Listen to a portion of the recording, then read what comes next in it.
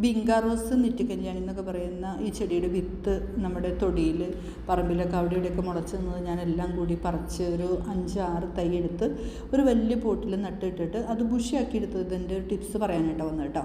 എനിക്ക് ഏറ്റവും ഇഷ്ടപ്പെട്ടൊരു ചെടികളിലൊന്നാണ് വിങ്കാ റോസ്. ഈ പ്രാവശ്യം ഞാൻ വെറൈറ്റീസ് ഒന്നും വാങ്ങിച്ചില്ല, നമ്മുടെ തോട്ടത്തിലേക്ക് നട്ടിട്ടില്ല. പക്ഷെ നാടൻ ഒത്തിരി നമ്മുടെ വീട്ടിലുണ്ടായിരുന്നു. അപ്പോൾ അതിൻ്റെ വിത്ത് പാകി പിടിപ്പിച്ചത് നമ്മളിതുപോലെ നട്ടതിന് ശേഷം ഒരു ചെറിയൊരു തൈ മുളച്ചൊരു 5-6 ഇലയാകുമ്പോൾ അതിൻ്റെ കൂമ്പൊന്ന് നമ്മൾ നുള്ളി കളഞ്ഞു കഴിഞ്ഞാൽ അതിലേക്ക് പിന്നെ വരുന്നത് ഒരു 5-6 ഇതളുകളായിട്ട് കമ്പുകളായിട്ട് വരും. അതിങ്ങനെ ബുഷിയായിട്ട് നമുക്ക് വളർത്തി കഴിഞ്ഞാൽ ഇങ്ങനെ പൂക്കൾ നിറഞ്ഞു നിൽക്കുന്നത് കാണാനായിട്ട് വലിയ ഇഷ്ടമാണ്.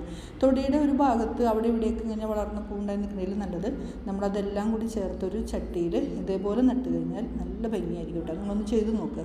അത് ഏത് ചെടിയായാലും അങ്ങനെ തന്നെയാണ്.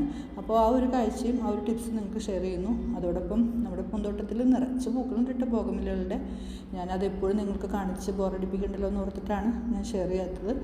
ബോഗൺവില്ല വെയിലുള്ള ഭാഗത്തൊക്കെ നന്നായിട്ട് ഇതുപോലെ പൂക്കൾ ഉണ്ടായി നിൽക്കുന്നുണ്ട്.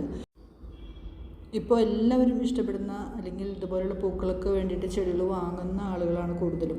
ഇപ്പോൾ ബോഗൺവില്ല വാങ്ങുമ്പോൾ നിങ്ങൾ പ്രത്യേകം ശ്രദ്ധിക്കുക, ഈ ഒരു സീസണൊക്കെ കഴിഞ്ഞ് കഴിയുമ്പോൾ പൂവ് കുറഞ്ഞ് കഴിയുമ്പോൾ ഇതിൻ്റെ കമ്പുകളൊക്കെ നട്ടുപിടിപ്പിച്ച് കൂടുതൽ ചെടികളാക്കി എടുക്കാനായിട്ട് ശ്രമിക്കുന്നുണ്ടോ. അപ്പോൾ അതുപോലെ തന്നെ നമ്മുടെ മാവ് ഏറ്റവും നല്ല രീതിയിൽ മാങ്ങയുണ്ടായ ഒരു വർഷമാണ്. അതൊരു ചെറിയൊരു മാവാണ്. സോണിയ എന്നാണ് നമ്മുടെ ഈ മാവിൻ്റെ പേര്. ഞാൻ പലപ്പോഴും പറഞ്ഞിട്ടുണ്ട്, കൊരട്ടി സ്വപ്നം ചിത്ര എന്നാണ് നമ്മുടെ ഈ മാവ് വാങ്ങിയതെന്ന്. ഇഷ്ടമുണ്ടെങ്കിൽ അവിടെ ചെന്നാൽ ഈ മാവ് കിട്ടും കേട്ടോ.